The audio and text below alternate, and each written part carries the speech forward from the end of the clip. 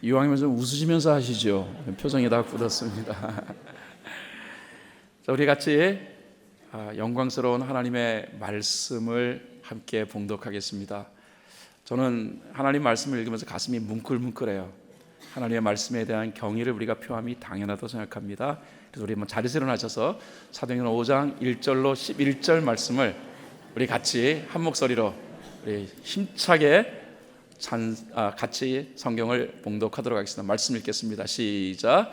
그런데 아나니아라는 사람이 그 안에 삽비라와 함께 소유를 팔아서 그 값에 얼마를 따로 떼어놓았는데 그 안에도 이것을 알고 있었다. 그는 떼어놓고 난 나머지를 가져다가 사도들의 발 앞에 놓았다.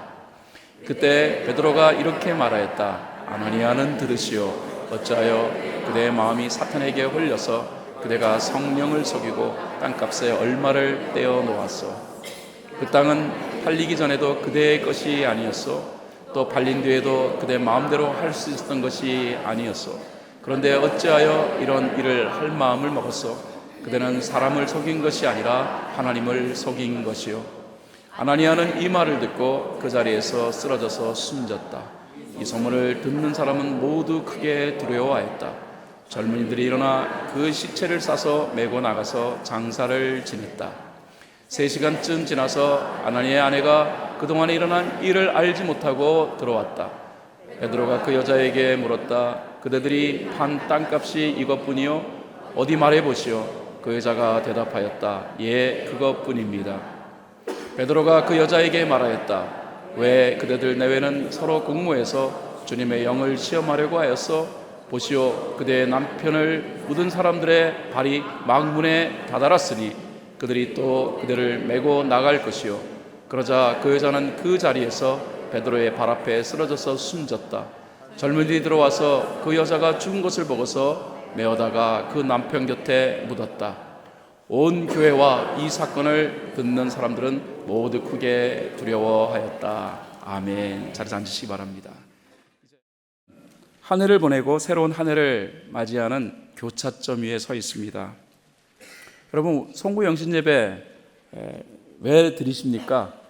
많은 분들이 송구 영신 예배가 무슨 미신적인 것처럼 첫 시간에 뭔가를 갖다 소원을 빌어야지 하나님이 우리에게 복을 주신다 생각하고 송구 영신 예배를 여러분 드리신다면은 송구 영신 예배를 그런 개념으로 드리시면 안 돼요. 송구 영신 예배의 중요한 핵심은 뭐냐 그러면은요, 반성과 결단입니다. 한 해 하나님의 뜻을 더 잘 받들지 못했는가 라는 사실을 반성해 보고, 그 다음에 2020년 새로운 한 해에는 내가 하나님을 더 기쁘시게 하는 삶을 살아야겠다라는 결단을 하기 위하여 송구 영신예배에 모인 거예요. 그러니까 마치 정한 수 떠놓고 비나이다 하는 마음으로 이렇게 뭔가 축복을 그저 기대하는 마음으로 이 자리에 나오셨으면 이 예배는 의미가 없어요. 우리 하나님 앞에 내가 제대로 신앙의 삶을 살아오지 못한 것에 대하여 반성하고, 그리고 정말로 하나님을 기쁘시게 하는 삶을 살아야겠다는 결단을 위한 그런 시간이 될 수 있기를 바랍니다. 그러기 위해서는 오늘 본문 내용은 우리에게 의미가 있다고 생각해요. 저는 사도행전을 우리 교회 사역을 하면서 한 4번 정도 강의했어요. 그리고 이번에 5번째가 아마 그런 것 같습니다. 그런데 이 사도행전을 이번에 또다시 묵상하면서 제가 굉장히 큰 은혜를 받고 있습니다. 오늘도 제 아내한테 나누었어요. 사도행전의 내용을 쭉 살펴보니까 이 사도행전에서 예수 그리스도께서 우리에게 원하시는 것은 그리스도의 증인된 삶을 이루어가는 것이더라. 그래서 예수 그리스도의 증인된 삶에 초점을 맞췄더니 막 사도행전이 풀리더라. 그러면서 제가 오늘 제 아내한테 은혜를 나누었어요. 그랬더니 제 아내가 새벽마다 나와서 말씀을 나누고 또 하나님 앞에 부르짖는 거 쉬운 일은 아니지만, 그럼에도 불구하고 이 40일 캠페인을 통하여 가장 큰 은혜를 받는 사람이 당신 같다고 하더라고요. 맞아요. 제가 은혜 받고 있어요. 제가 받은 은혜를 오늘 2019년 하나님 앞에 드리는 이 마지막 예배를 통하여 여러분과 함께 나누고 싶습니다. 자, 본문을 이해하기 위해서는 본문의 배경을 여러분들이 살펴보아야 합니다. 자, 예루살렘 교회, 우리가 40일 캠페인을 하면서 쭉 살펴본 것은 예루살렘 교회는 선교적 삶을 본질로 삼았다라는 거예요. 이 예루살렘 교회는 조직적으로는 특별한 형태를 취하고 있었습니다.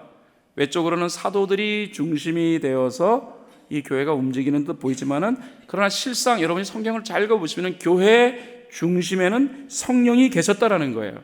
예루살렘 교회는 성령께서 주도하셨던 교회예요. 이 성령님이 제시하신 예루살렘 교회의 디렉션, 방향은 선교적 삶이에요. 그리고 선교적 삶을 위하여서 모였던 사람들이 이룬 공동체가 예루살렘 교회였기 때문에 예루살렘 교회는 당연히 선교적 공동체가 되는 거예요. 성령의 강력한 드라이브에 따라서 예루살렘 교회 성도들의 모습은 선교적 공동체의 모습을 구축했다라는 것입니다. 자, 사도행전 4장 32절에서 33절 내용을 우리가 좀 볼 필요성이 있겠습니다. 같이 한 목소리 읽어볼까요? 시작. 많은 신도가 다 한 마음과 한 뜻이 되어서 아무도 자기 소유를 자기 것이라고 하지 않고 모든 것을 공동으로 사용하였다. 사도들은 큰 능력으로 주 예수의 부활을 증언하였고 사람들은 모두 큰 은혜를 받았다. 성령님은 진리 영이시고 거룩한 영이시기 때문에 성령이 주도하시는 삶은 세상적 삶과 구별이 된다는 것입니다. 이 성령의 강력한 감동을 받은 사람들은 소유에 집착하지 않았습니다. 자신의 소유를 팔아서 이웃과 그리고 믿음의 형제들을 돕는 일에 열심이었다라는 거예요. 34절 35절 사도행전 4장 30절 35절에 보면요, 땅이나 집을 가진 사람들은 그것을 팔아서 그 판돈을 가져다가 사도들의 발 앞에 놓았고 사도들은 각 사람의 필요에 따라 나누어 주었다라는 거예요. 성령의 주도로 이루어지는 삶은 기준이 달랐어요. 이런 모습을 보였던 대표적 인물이 누구였는가 그러면 사도행전 4장 말미에 보면은요, 바나바라는 인물이 등장합니다. 이방의 외딴선 키프로스 출신이었던 이 바나바는 자기의 재물을 팔아 가난한 사람을 돌보는 일에 앞장섰다라는 거예요. 이런 바나바의 모습은 예루살렘 교회 성도들에게 큰 도전이 되어서 예루살렘 교회 성도들이 더욱더 선교적 삶에 헌신하게 만들었다라는 것입니다. 바로 이러한 배경을 중심으로 하여 이제 한 부부가 오늘 본문 가운데 등장하는 것을 보게 됩니다. 그 부부의 이름은 아나니아, 남편의 이름은 아나니아, 그리고 부인의 이름은 삽비라라는 사람이에요.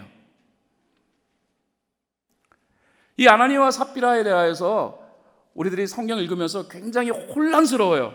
왜냐하면 아나니아와 삽비라가 예루살렘 교회의 일원이 되어서 예루살렘 교회를 섬기다가 자기의 소유의 한 부분을 팔아가지고서 예루살렘 교회에 헌금을 했는데, 베드로가 떼먹은 것 있다고 아나니아와 삽비라를 향하여서 성령을 속였다라고 질책하고, 그 결과 아나니아 남편도 죽고 아내도 죽었다.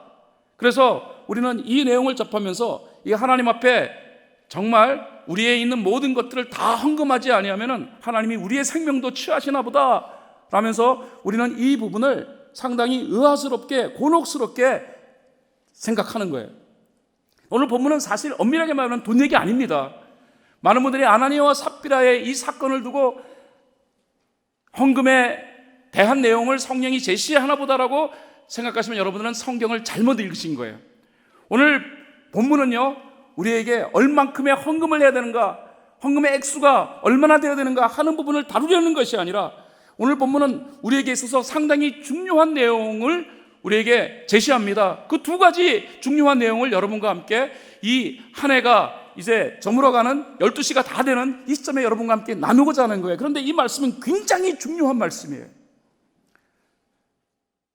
제일 먼저 오늘 본문이 우리에게 제시하는 중요한 핵심적 내용은 이것입니다. 그리스도인의 기준이 있다는 건데, 그리스도인의 기준은 예수 그리스도라는 것입니다.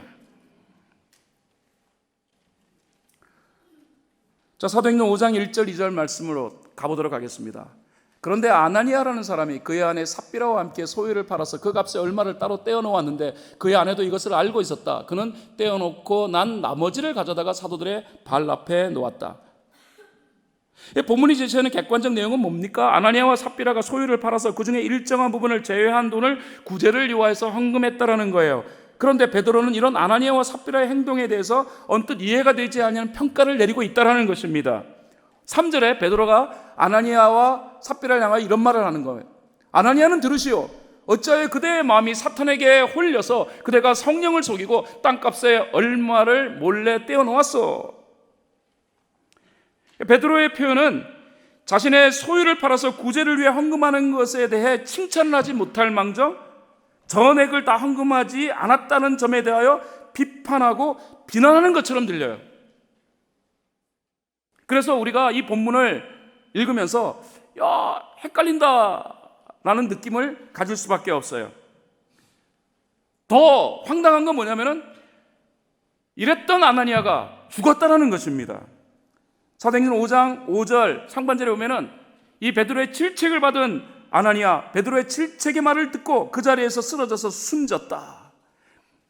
아나니아만 죽은 게 아니에요. 그 안에 삽비라도 3시간 후에 전액을 헌금하지 않고 일부만 헌금했다는 이유 때문에 죽임을 당하는 것처럼 보입니다. 사도행전 5장 9절 10절 보면은요, 베드로가 아나니아의 아내 삽비라에게 질책하는 내용이 등장합니다. 베드로가 그 여자에게 말하였다. 왜 그대들 내외는 서로 공모해서 주님의 영을 시험하려고 하였소. 보시오, 그대의 남편을 묻은 사람들의 발이 막 문에 다다랐으니 그들이 또 그대를 메고 나갈 것이요. 그러자 그 여자는 그 자리에서 베드로의 발 앞에 쓰러져서 숨졌다. 젊은이들이 들어와서 그 여자가 죽은 것을 보고서 메어다가 그 남편 곁에 묻었다. 도대체 이런 경우가 어디 있습니까? 정말 이해하기 어려운 내용이지 않습니까? 그러나 본문 속에는요, 우리가 깊이 고려해야 할 중요한 내용이 담겨져 있다는 거예요. 겉으로 드러난 표현만으로는 아나니아와 삽비라의 마음이 사탄에게 홀렸다라고 그렇게 표현되어져 있습니다. 구체적인 내용은 표현되지 않지만 전후 문맥을 보면은요, 아마도 아나니아와 삽비라는 바나바라는 사람을 보면서 아마 이런 생각을 했던 것 같아요. 야, 저 사람이 교회에서 인정받네? 나도 인정을 받고 싶은데? 어쩌면은 이 바나바라는 사람이 자신의 재산을 팔아서 많은 사람을 돕고 그것 때문에 많은 사람의 존경을 받는 이 모습을 보면서 심히 부러운 마음을 가질 수도 있을 것 같고요. 어떤 성경학자는 이 아나니아와 삽비라가 시기심과 질투심의 마음으로 마치 바나바가 이 구제에 헌금을 했던 것처럼 그리 행한 것일 수도 있다라고 그렇게 표현해요. 다시 말해서 성경학자들이 공통적으로 설명하는 내용은 아나니아와 삽비라가 전심으로 예수 그리스도를 사랑하는 마음이 아닌 자기를 드러내고 자기의 만족을 구하는 일을 요하여서 헌금은 형식적인 마음으로 했다라는 것입니다. 이 부분을 베드로는요, 사탄에 홀린 것이다 그렇게 표현을 하고 있는 거예요. 여러분, 오늘 우리가 다시 한번 생각해 봐야 할 것이 무엇입니까? 사탄은요, 우리 삶의 초점을 나를 향하여 맞추도록 만든다는 거예요. 그러므로 사탄에게 대해서 속지 말아야 합니다. 아나니아와 삽비라가 교회에 들어와서 예수 그리스도를 주라고 했을까요? 했을 것입니다. 그의 고백이 있었을 것입니다. 그럼에도 불구하고 베드로는 아나니아와 삽비라가 사탄에게 홀렸다라고 표현하고 있습니다. 여러분, 예루살렘 교회는요, 성령이 함께했던 교회예요. 성령을 어떤 분이 있습니까? 성령은 진리의 영이라고 말합니다. 반면에 사탄에 대해서는 거짓의 영이라고 말해요. 베드로가 이 부부를 향해서 사탄에 홀렸다라고 말하는 것에 우리가 초점을 맞출 필요성이 있습니다. 성령의 감동을 받은 삶이 아니라 사탄에 홀린 삶, 교회 생활을 하면서도 성령의 깊은 감동을 누리고 신앙생활하지 못하는 사람이 있다는 것입니다. 신앙의 고백은 있지만, 그리고 신앙의 형식은 있지만 진리의 영이 함께하는 삶이 아니라 여전히 교회 안에 있지만은 그럼에도 불구하고 사탄이 제시하는 삶의 기준을 따라가는 그리스도인들이 있다는 거예요. 베드로는 이 부분을 명확히 지적하고 있어요. 저는요, 이 본문을 읽으면서 2019년 어쩌면 우리가 아나니아와 삽비라처럼 살았을지도 모르겠다. 그러나 새해를 앞둔 우리에게 이 본문의 말씀을 통하여 성령님은 우리의 삶이 진정으로 진리의 영이신 성령이 주시는 감동을 따라가는 삶을 이루기를 원하시는구나 라고 저는 느껴요. 다시 한번 말씀드립니다. 신앙의 삶의 기준은 말입니다. 내가 아니에요. 따라하시죠. 예수 그리스도. 두 번째 오늘 본문은 그리스도인의 주인은 오직 예수 그리스도다. 주인이 예수 그리스도라는 사실을 우리에게 설명합니다. 아나니아와 삽비라에 대해서 베드로가 질문하는 내용이 우리에게 교훈을 줍니다. 아나니아와 삽비라가 예루살렘 공동체의 일원이 되었다라는 것, 나름대로의 신앙의 고백이 있었기 때문이 아닐까요? 신앙의 공동체가 그를 받아주느냐 아니냐, 서류 가지고 점검하는 게 아니에요. 여러분들이 신앙의 공동체로 들어오시잖아요. 그러면은 여러분들이 신앙의 공동체 들어올 때 무슨 서류 심사를 해가지고, 그래서 이 공동체에 속할 사람에 대한 그런 적합한 것인가 아닌가를 갖다가 판단하는 심사를 하는 게 아닙니다. 어느 교회가 서류 가지고서 교인으로 받을 것인가 말 것인가를 갖다 심사해요? 아닙니다. 교회는 딱 하나를 보고서 성도를 받아들여요. 그것이 고백입니다. 신앙의 고백. 그러므로 아나니아와 삽비라도 고백이 있었을 거예요. 그의 고백은 이것이었을 것입니다. 예수 그리스도가 나의 주인입니다.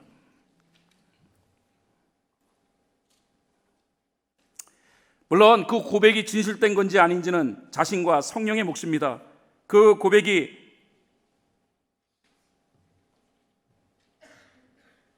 성령과 그리고 자신에 의하여서 분명히 검증될 거예요.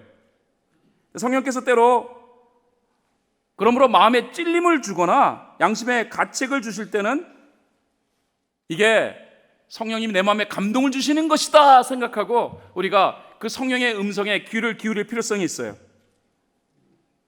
여러분, 베드로가 아나니아한테 하는 말을 잘 보시기 바랍니다. 사도행전 5장 3절에서 4절 내용입니다. 같이 한번 읽어보도록 하겠습니다. 시작.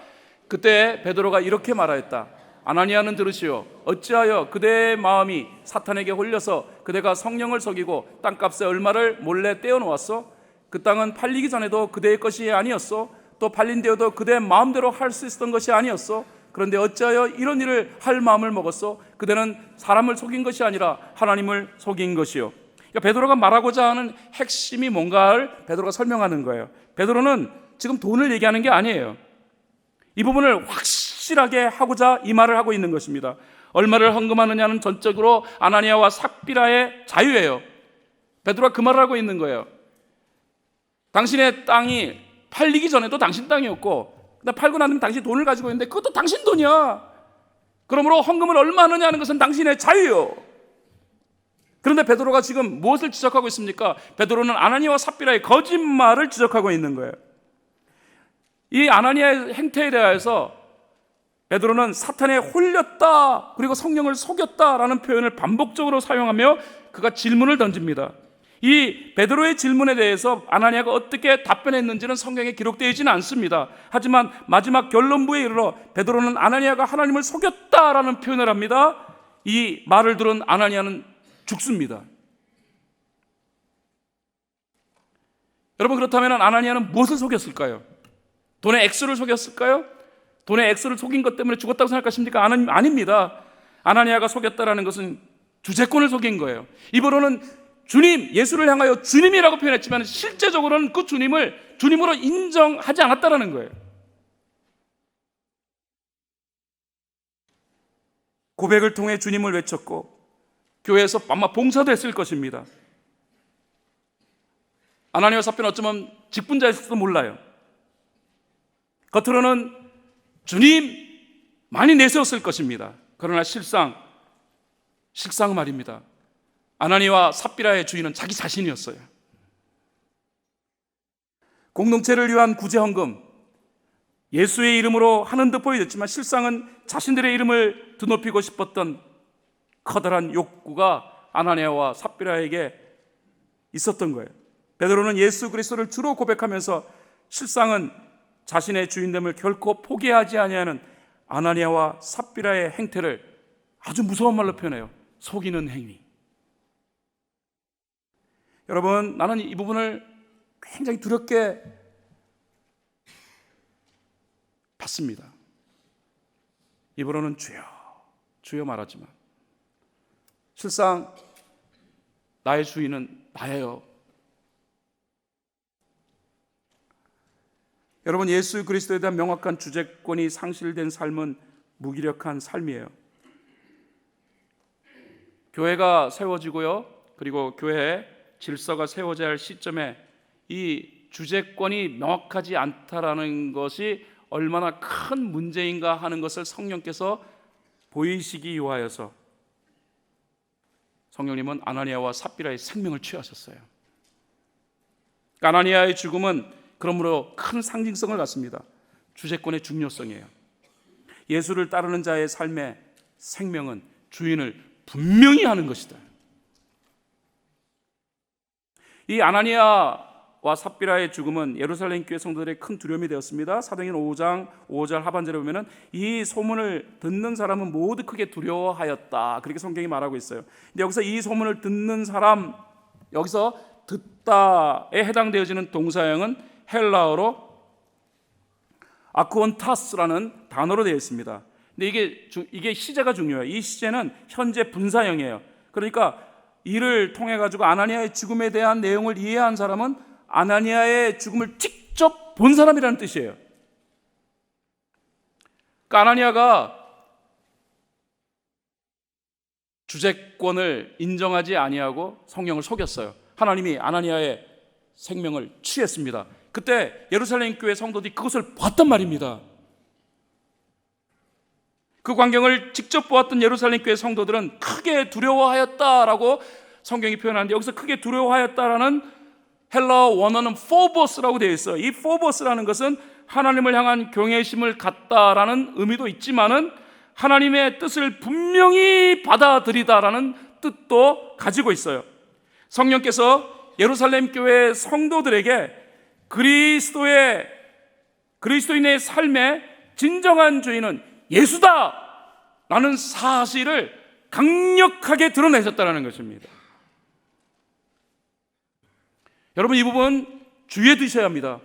저와 여러분의 주인은 예수 그리스도입니다. 아나니아의 아내 삽비라는 남편의 죽음 몰랐어요. 그래서 남편이 죽은 지 3시간가량 지난 다음에 베드로를 만납니다. 베드로와 그리고 삽비라가 대화를 나누는데 사도행전 5장 8절에서 9절에 그 내용이 있습니다. 그대들이 판 땅값이 이것뿐이요? 어디 말해보시오. 그 여자가 말하였다. 예, 그것뿐입니다. 베드로가 그 여자에게 말하였다. 왜? 그대들 내외는 서로 공모해서 주님의 영을 시험하려고 하였소. 베드로가 사용한 단어에 주목할 필요성이 있습니다. 베드로는 아나니아와 삽비라 이 부부가 공모했다라는 단어를 사용했습니다. 여기서 공모했다라는 말은 잘못된 것 또는 위선에 동의했다. 여러분, 이 부부의 잘못된 모습이 뭘까요? 쉽게 말하면은 하는 척한 거예요. 예수님을 주인으로 인정하는 척. 그러나 한 번도 예수님을 그들은 주인으로 인정한 적이 없어.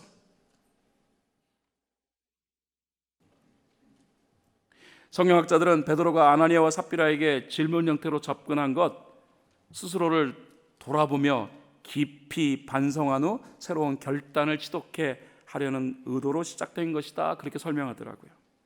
또 어떤 성경학자는 베드로의 질문이 막 속사포처럼 팍팍팍 나온 것이 아니다. 질문 하나 던지고 시간 주고 질문 하나 던지고 시간 줬는데 그럼에도 불구하고 아나니아와 삽비라가 자신들의 문제가 무엇인지를 전혀 깨닫지 못하였다. 그래서 성령께서 그들의 생명을 취하셨다. 사도행전 5장 11절 아나니아와 삽비라의 죽음, 그 사건은 교회와 이 사건을 듣는 사람들 모두 두려워하게 만들었던 사건이에요. 자, 오늘날에도 우리 그리스도인들에게 예수님은 여전히 주님이라 불리웁니다. 예수님에 대해서요, 우리 스스로를 우리는 종이라고 말해요. 고백상으로 우리의 주재권은 예수님에게 일찌감치 넘어간 듯 보입니다. 정말 우리의 주재권이 말입니다, 예수 그리스도에게 정확히 이행되었으면 정말 다행이에요. 왜? 아나니와 삽비라의 이 사건을 통하여서 성령님은 예수 그리스도가 주인 된다는 이 사실이 생명과도 같은 것임을 선포하셨기 때문이에요. 오늘날 그리스도의 주재권을 인정하지 않는다 그래가지고 주님이 우리의 생명을 취하지는 않으십니다. 아나니와 삽비라처럼 막 죽임을 당하지는 않아요. 그때는 교회의 질서를 세우기 위하여서, 그리고 교회라는 틀을 분명하게 세우기 위하여 성령이 강력히 역사하셨기 때문에 그때는 그랬지만 오늘날은 그렇지는 않아요. 하지만 예수님이 우리의 주인 된다는 이 사실만큼은 생명처럼 소중히 여겨야 된다는 정신은 교회 안에 여전히 존재한다는 것입니다. 로마서 14장 8절 바울은 말합니다. 같이 읽겠습니다. 시작. 우리는 살아도 주님을 위하여 살고 죽어도 주님을 위하여 죽습니다. 그러므로 우리는 살든지 죽든지 주님의 것입니다. 골로새서 2장 6절로 7절 같이 읽겠습니다. 시작. 그러므로 여러분이 그리스도 예수를 주님으로 받아들였으니 그분 안에서 살아가십시오. 여러분은 그분 안에 뿌리를 받고 세움을 입어서 가르침을 받은 대로 믿음을 굳게 하여 감사의 마음이 넘치게 하십시오. 우리는 예수 그리스도를 주님으로 받아들였습니다. 그러므로 우리의 삶의 모든 것은 예수 그리스도가 중심이 되어야 합니다. 마태복음 6장 24절에 예수님의 말씀입니다. 같이 말씀을 받들겠습니다. 시작. 아무도 두 주인을 섬기지 못한다. 한쪽을 미워하고 다른 쪽을 사랑하거나 한쪽을 중히 여기고 다른 쪽을 업신 여길 것이다. 하나님과 재물을 아울러 섬길 수 없다. 여러분, 지난 한 해 예수님을 정말 주인으로 섬기셨습니까? 혹시 아나니와 삽비라처럼 고백은 있었지만 실제로 예수님이 우리의 삶의 주인이 된 적은 한 번도 없었던, 다시 말하여 척하는 삶이 우리의 지난 2019년의 삶은 아니었는지요? 우리가 그냥 척하는 삶을 살았다면 우리는 이 시대의 아나니아와 삽비라예요.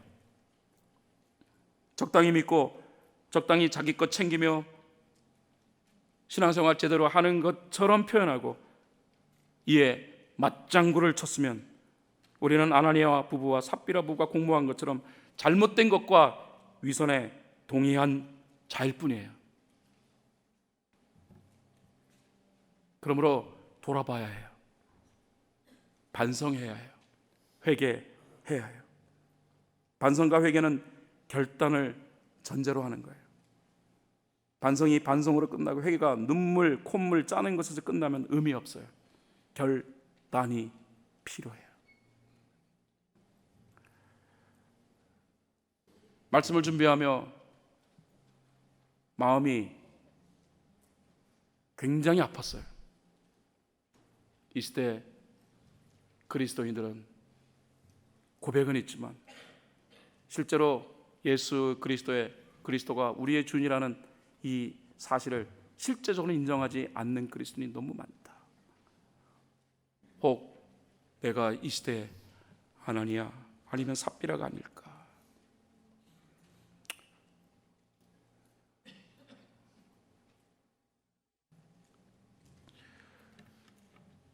예수 그리스도가 주인이라면 우리 삶의 기준도 예수가 되어야 해요. 우리 삶의 계획과 스케줄도 예수가 중심이 되어야 해요. 여러분은 2020년 어떤 계획을 세우셨습니까? 그 계획이 저와 여러분의 주인이신 예수 그리스도와 밀접한 연관이 있습니까?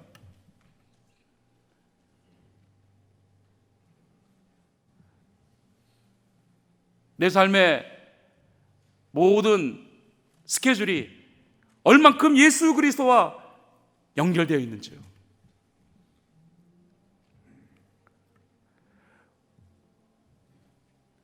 그런 의미에서 오늘 저는 말씀의 결론을 질문으로 만들어 봤습니다.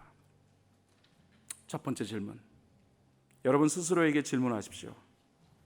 나의 주님은 예수 그리스도가 분명한가? 묻겠습니다. 여러분의 주님은 예수 그리스도가 분명합니까? 두 번째, 여러분 스스로에게 질문해 보십시오. 나는 예수 그리스도를 중심으로 한 해를 살아왔는가? 주님, 주님, 주님 수없이 고백했지만 지난 365일 단 하루도 실제로 우리의 주인과 연결된 삶이 없었다면 우리가 아나니아요, 우리가 삽비라예요.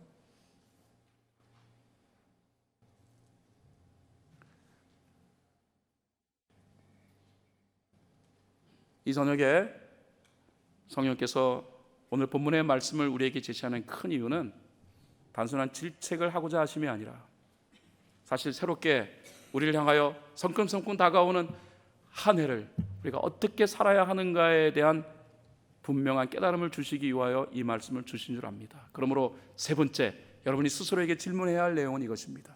새로운 한 해는 나의 주인을 섬기는 한 해가 되어야 함을 확신하는가?